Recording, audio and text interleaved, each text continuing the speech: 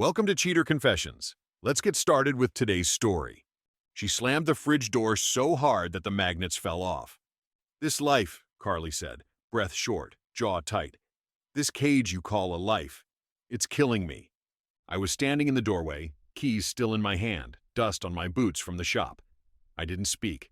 I'd learned that saying less kept things from getting worse, usually. Not tonight. "You don't feel anything, do you?" she said, stepping toward me like she was charging a target. "You just work, eat the same dinner, sit in silence, and call it a life." Still, I didn't move. "I regret every damn day I've spent with you." There it was. The words didn't hit like a punch. They landed quietly. She'd said cruel things before, but never that. I looked at her hair, a mess, makeup smudged, and a wine glass on the counter. I pulled off my wedding ring. It came off clean, like it had been waiting for permission. Then I set it on the table between us. "Then let this be the last one," I said. For a second, she didn't say anything, just stared at the ring like it was a foreign object. Her mouth opened, then shut again. I turned and walked past her. The kitchen was still full of her perfume and old tension, but I walked out anyway. She didn't follow. I stood there in the cold, listening to the engine tick under the hood of the truck I'd just worked on. That was the night I stopped fighting. The night I stopped being the only one trying. I met Carly at a backyard barbecue my buddy Jared threw for his promotion. It was summer, sticky heat, cheap beer. She was wearing a red tank top and cut-off jeans, hair pulled back, drink in hand. Loud laugh, big smile. I remember thinking, she looks like trouble, and I've never wanted trouble so bad in my life. We got to talking near the grill. She joked about how serious I looked just standing there. I told her I was just trying to survive the side dishes. She laughed, loud and real, and touched my arm like we were already old friends. She told me about her job in marketing, her big plans to leave town someday, and how she hated her apartment but loved the city. I didn't say much. I didn't have to. She liked filling the space. We started seeing each other the next week. She moved into my place 2 months later. At first, it was electric. She'd put on music and dance barefoot in the kitchen while I tried not to burn the eggs. She convinced me to repaint the living room. We argued over the color, but we did it anyway. I didn't mind.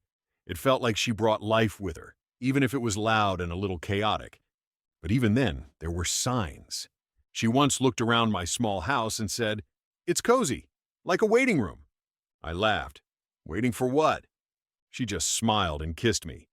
I should have paid more attention to moments like that. The way she talked about the future, like I wasn't in it. Or how she always seemed a little restless, like she was chasing something I couldn't see. At the time, I thought she was saving me from a small life. Later, I realized she just didn't want to live in mine. It didn't fall apart in one big moment. It eroded, week by week, word by word. First, it was the dinners. She started working late, said she had team meetings or client drinks. Sometimes she'd text, sometimes she wouldn't. I'd keep dinner warm anyway, just in case. Then it was the silences, not the comfortable kind, the kind that filled a room like smoke.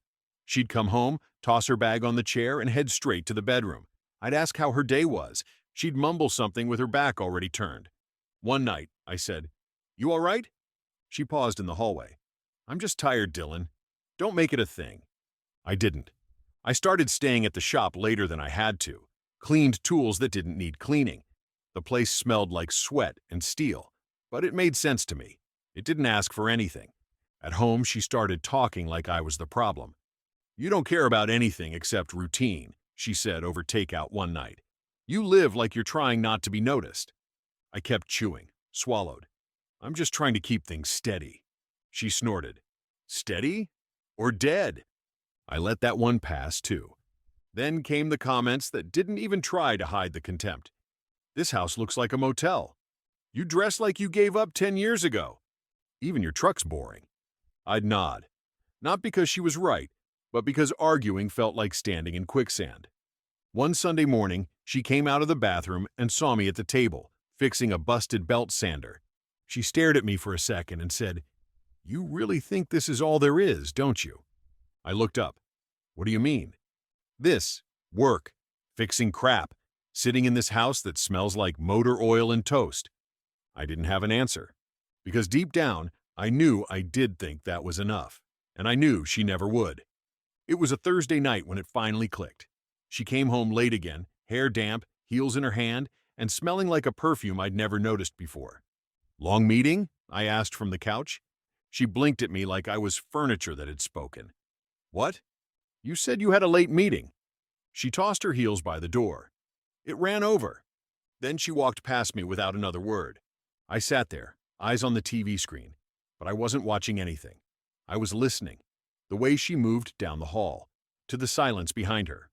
2 days later, Evan, an old friend of hers, showed up at the shop, said he needed his brakes checked. He hovered while I worked, fidgety, sweaty for no reason. Then, out of nowhere, he said, "You and Carly still solid?" I stopped turning the wrench. "What kind of question is that?" He swallowed. "Just, she's been spending time with a guy from her office. Zane." "Spending time," I repeated. "Look, man, I didn't come here to stir anything up, but she talks, more than she thinks she does." I nodded slowly. "Thanks." That night, I didn't confront her right away. I waited. The next morning, she was halfway through making coffee when I said, "Who's Zane?" She froze, didn't turn around. "You're really going to do this now?" she asked. "I think now works just fine." She sighed like I was inconveniencing her. "It's nothing. You're sleeping with him." She finally turned, eyes cold, arms crossed. "Does it matter?" I looked at her for a long time. "Yeah, it does." She shook her head. "You think this is about him? Dylan, you're a checklist. You pay the bills, you fix the sink, but you don't feel anything." "I feel plenty," I said. "I just don't shout about it." She stepped closer. "That's the problem. You were never going anywhere. You made it too easy to leave." I didn't reply, because for the first time, I knew it was over. I didn't sleep that night, not out of anger, just clarity. I laid there on the couch and I started making a list in my head, not of what I'd lost, but what I was done giving. The next day, I called Jared, my oldest friend since high school. He'd seen me through job changes, my dad's funeral, and now this.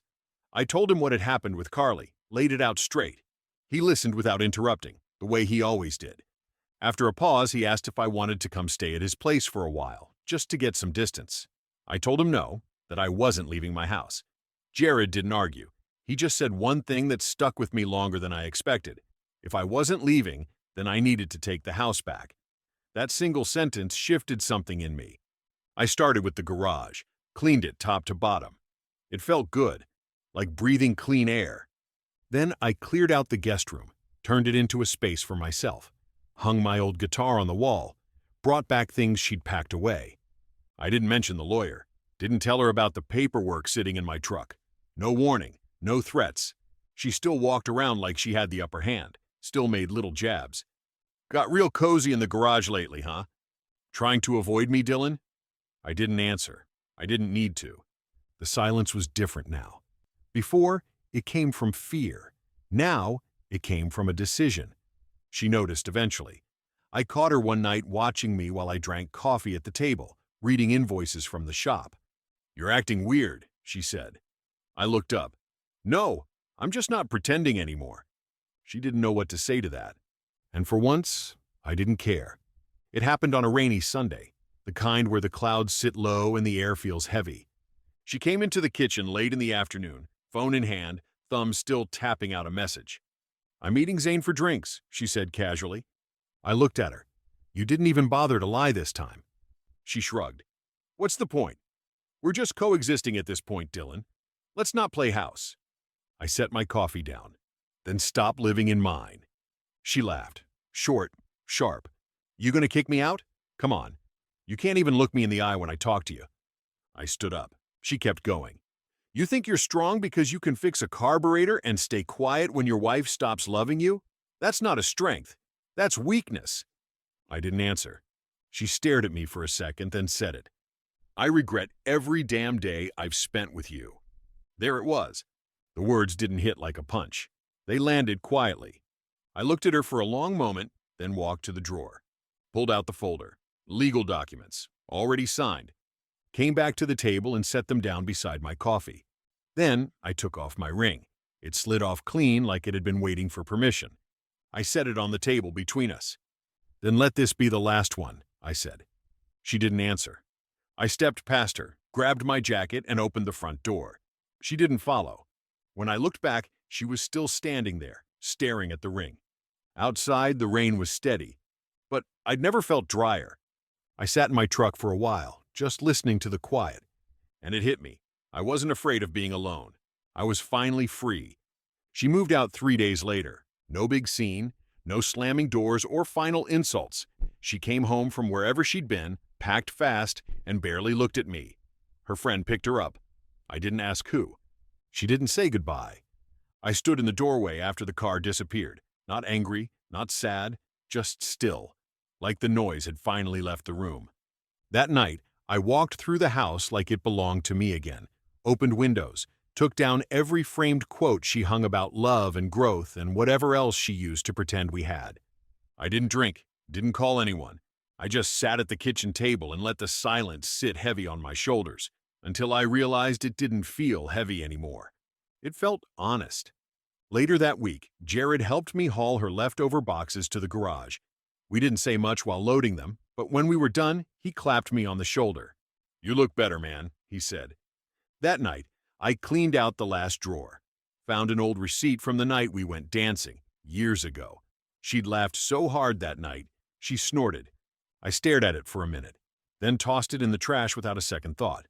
It wasn't anger. It wasn't regret. It was release. A month passed. The days got shorter, mornings colder.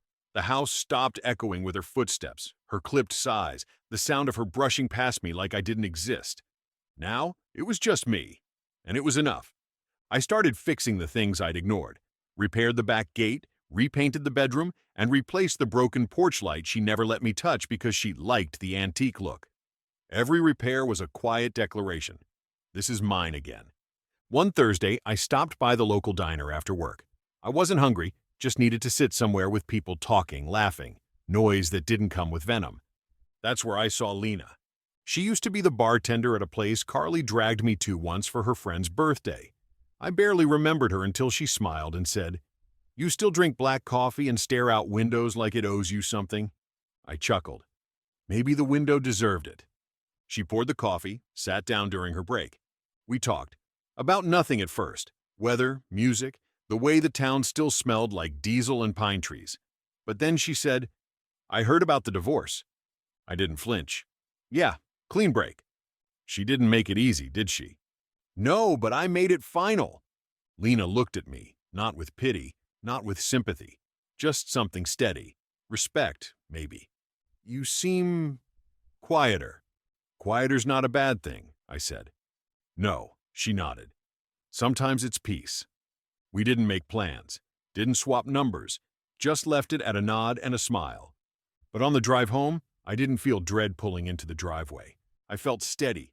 That night, I stood by the window, the house dark, the porch light warm. I thought about the first time Carly told me I was too simple, that I'd never be enough. She was right in a way. I wasn't enough for her. But for me, I finally was. And that was the first time I felt proud to be ordinary. The ring was gone, the quiet had stayed, and I had never felt more alive. Thank you for watching.